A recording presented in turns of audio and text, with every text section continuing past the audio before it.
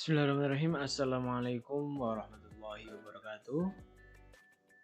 Selamat pagi, siang, sore, atau malam anak-anak ketika kalian membuka video ini. Nah, bagaimana kabar kalian setelah libur berapa minggu? 3 minggu ya, 3 minggu lebih kayaknya ya. Semoga baik-baik saja, sehat-sehat selalu, semakin semangat dalam menyambut pelajaran baru. Nah, kita jumpa lagi ya di pelajaran sejarah kebudayaan Islam kelas 9. Setelah kalian mempelajari Daulah Abbasiyah dan Daulah Ayyubiyah di kelas 8 kemarin. Nah, di kelas 9 ini nyantai aja ya, jangan terlalu cepat dan jangan terlalu lambat. Jadi kita nyantai aja di pelajaran kali ini. Nah, di bab pertama di kelas 9 ini kita akan membahas tentang sejarah Islam di Indonesia. Nah, nanti kita akan membahas bagaimana kok Islam bisa masuk ke Indonesia itu, padahal kan Islam itu sendiri lahir di negara Arab sana ya, yang dibawa oleh Rasulullah Shallallahu Alaihi Wasallam. Kok iso sampai Indonesia? Nah, ini nanti kita akan menjelaskan satu persatu. Ya, nanti ada di beberapa video, mungkin di pertemuan selanjutnya itu kita bahas dengan PowerPoint, bebas lah ya. Nanti untuk pertemuan pertama ini kita akan membahasnya lewat video kali ini. Yang pertama apa yang menyebabkan sejarah Islam di Indonesia? Yang pertama itu kondisi masyarakat Indonesia sebelum Islam. Nah, ini kondisinya itu seperti apa sebelum Islam masuk? Apakah pada menyembah patung atau menyembah sapi ya, kita nggak tahu. Maka kita bahas dulu sejarah negara kita ini. Nah, kondisi masyarakat Indonesia sebelum Islam dapat dilihat dari beberapa aspek. Di antaranya perekonomian, sosial budaya, agama atau kepercayaan, sosial dan politik, serta berbagai suku bangsa. Yang pertama, kondisi sosial budaya. Nah, penduduk Indonesia terdiri dari berbagai suku bangsa yang masing-masing daerahnya mempunyai corak seni, budaya, dan bahasa yang beragam. Berbagai perbedaan itulah yang membentuk keanekaragaman suku bangsa di Indonesia. Keanekaragaman atau pluralitas tersebut merupakan kekayaan bangsa yang tidak ternilai harganya, sehingga harus tetap dipertahankan dan dilestarikan. Seperti itu. Sosial budaya Indonesia kan beragam. Orang Jawa ya pakai bahasa Jawa, orang Sunda pakai Sunda, orang Betawi pakai bahasa Betawi. Pada Jawa Tengah sama Jawa Timur aja kadang beda ya. Ada yang ngapak, ada yang sak-sak lah. Jawanya kan beda-beda. Sedang kita nggak ngerti, ada bahasa Jawa krama, inggil, dan lain sebagainya. Itu perbedaan itu yang membuat bangsa ini kaya ya, kaya akan bangsa, kaya akan bahasa, kaya akan suku budaya. Itu yang pertama, kondisi sosial budaya. Yang kedua, kondisi agama atau kepercayaan. Nah, masyarakat yang tinggal di Indonesia sebelum Islam datang itu sudah mengenal agama atau kepercayaan. Mereka sudah memeluk agama Hindu, Buddha, dan sebagian menganut kepercayaan Kapitaya. Nah, agama Hindu lahir di India sekitar tahun 1500 sebelum Masehi dengan kitab suci Weda.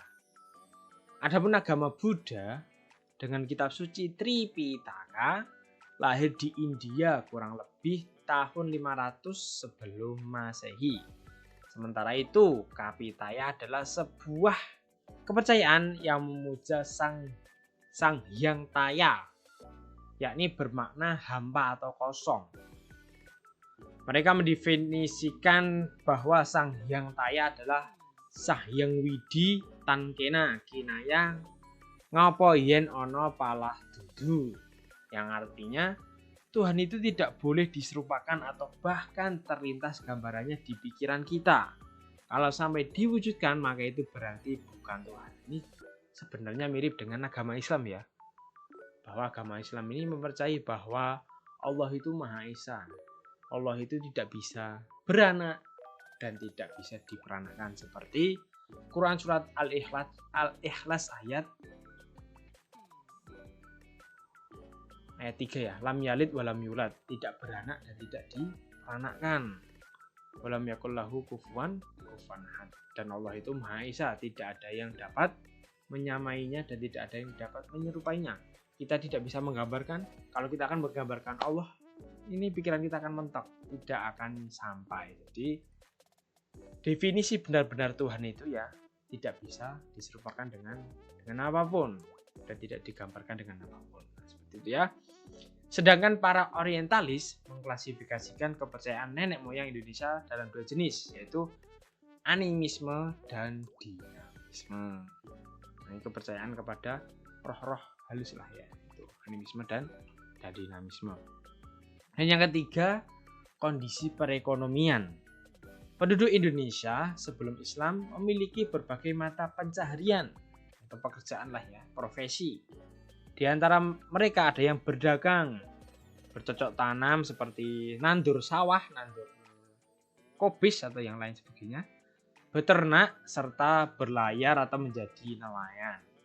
Nah, penduduk Indonesia mayoritas bercocok tanam, yaitu pada memiliki lahan sawah, terutama yang tinggal di pedalaman. Banyak ya, di pelosok-pelosok pegunungan itu sawahnya banyak. Nah, seperti itu. Adapun yang tinggal di kawasan pesisir rata-rata menekuni profesi sebagai nelayan dan pedagang. Indonesia terletak di daerah tropis sehingga mengalami hujan lebat dan sinar matahari hampir sepanjang waktu, yang merupakan elemen penting untuk bercocok tanam. Komoditas pertanian dan perkebunan sebagian besar dapat tumbuh di Indonesia, yang notabene memiliki tanah subur yang melimpah. Indonesia adalah penghasil utama dari berbagai produk pertanian tropis. Komoditas pertanian dan perkebunan penting di Indonesia meliputi cengkeh, kayu manis, kayu putih, rempah-rempah, dan lain sebagainya. Nah, itu kondisi perekonomian masyarakat Indonesia sebelum Islam datang. Dan yang keempat, kondisi sosial politik. Nah, sebelum Islam datang ke Indonesia pada abad ke-7 hingga ke-12, Sriwijaya mengalami masa kejayaannya, baik dalam bidang politik, sosial, maupun ekonomi. Kejayaan dialami Sriwijaya atau Kerajaan Sriwijaya sangat ditentukan oleh letak wilayahnya sebagai kerajaan maritim. Dalam hal ini, Sriwijaya merupakan bagian dari jalur perdagangan internasional. Nah, perdagangan internasional ini melibatkan berbagai negara luar. Sebagai pelabuhan, pusat perdagangan, dan pusat kekuasaan, Sriwijaya banyak dikunjungi oleh pedagang dari Persia, Arab, dan Tiongkok. Namun, memasuki abad ke-13, Sriwijaya menunjukkan tanda-tanda kemundurannya. Kekayaan alamnya sudah tidak lagi menghasilkan dan kalah dengan Pulau Jawa ya. Untuk mensiasati hal ini, Sriwijaya menerapkan bea cukai yang mahal bagi kapal-kapal yang berlabuh. Tindakan Sriwijaya tersebut ternyata tidak memberikan keuntungan bagi kerajaan. Sebaliknya, kapal-kapal asing mencoba menghindar untuk berlabuh. Nah, kemunduran Sriwijaya diperparah dengan serangan kerajaan Singosari dari Jawa melalui ekspedisi Pamalayu. Melalui ekspedisi tersebut, supremasi kerajaan Singosari dapat ditancapkan di bekas wilayah Sriwijaya di Sumatera.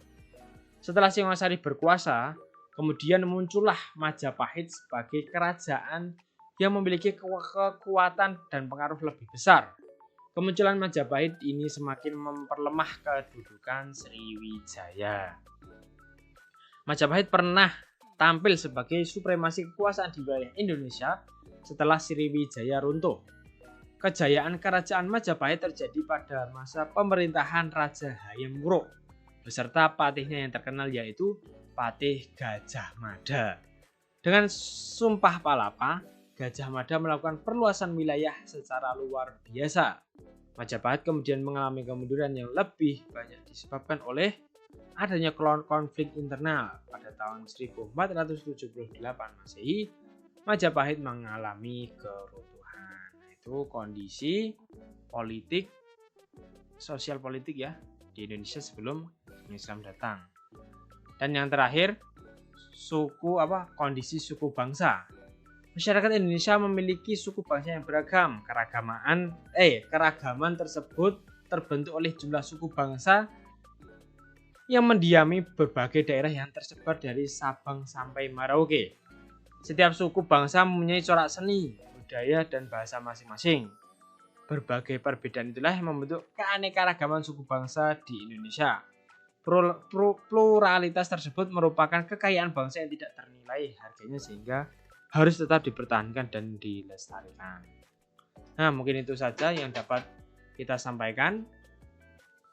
Kita bahas di pertemuan selanjutnya. Wassalamualaikum warahmatullahi wabarakatuh. Terima kasih.